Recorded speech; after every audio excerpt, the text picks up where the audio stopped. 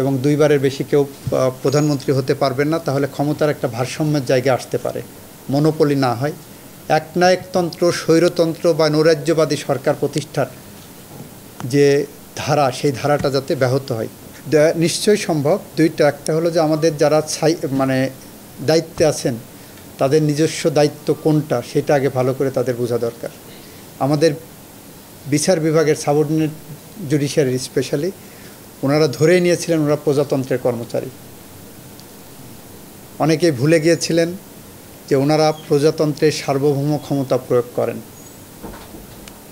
Second হলো রাষ্ট্রপতির ক্ষমতা, যেটা বলেন সাংবিধানিকভাবে বর্তমান সাংবিধানিক কাঠামোয় বাংলাদেশের রাষ্ট্রপতি এখানে বসে ওনার সাংবিধানিক কোনো ক্ষমতা নাই। অ্যাপারেন্টলি দেখা যায় দুইটা ক্ষমতা আছে। একটা ক্ষমতা প্রধান বিচারপতি নিয়োগ করা, আর একটা হলো প্রধানমন্ত্রীকে নিয়োগ করা। এখন প্রধানমন্ত্রীকে উনি ইচ্ছা করলে যে কাউকে নিয়োগ করতে পারবেন না। যিনি পার্লামেন্টে মেজরিটি কমান্ড করবেন উনি তাকে নিয়োগ করতে পারবেন, তাকেই নিয়োগ করতে হবে। সো থাকলে একটা ক্ষমতা, চিফ জাস্টিসের অ্যাপয়েন্টমেন্ট। চিফ জাস্টিসের অ্যাপয়েন্টমেন্টও এ যাবৎকালে যেভাবে রাষ্ট্রপতি ক্ষমতা প্রয়োগ করেছেন, সরকারের সিদ্ধান্তের বাইরে ওনারা সেটা প্রয়োগ করতে পারেননি।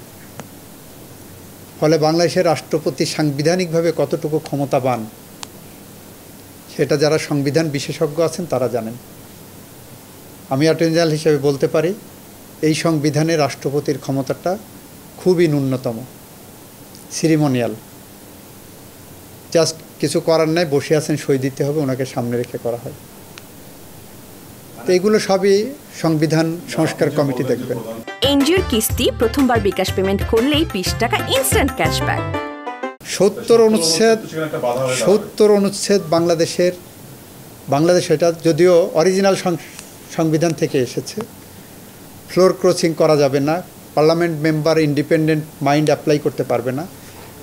কার্যত বাংলাদেশের আইন বিভাগ, শাসন বিভাগ, বিচার বিভাগ একক ব্যক্তির নিয়ন্ত্রণে চলে গিয়েছিল এই 70 অনুচ্ছেদের কারণে। অনেকটা ভূমিকা রেখেছে 70 অনুচ্ছেদ। এগুলো সংবিধান সংস্কার কমিটি যারা আছেন ওনারা দেখবেন।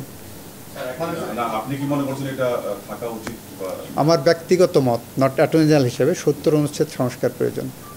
এইটা দেখলাম বিএনপির পক্ষ থেকে এরকম একটা প্রস্তাব দেওয়া হয়েছে, তারেক রহমান সাহেব বলেছেন।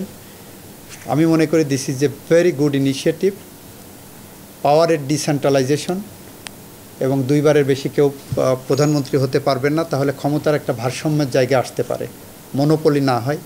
একনায়কতন্ত্র, স্বৈরতন্ত্র বা নৈরাজ্যবাদী সরকার প্রতিষ্ঠার যে ধারা, সেই ধারাটা যাতে ব্যাহত হয় সেটা একটা ভালো উদ্যোগ হিসেবে দেখছি। তবে এটা পলিসি ডিসিশন, যারা পলিসি মেকার তারা বলবেন।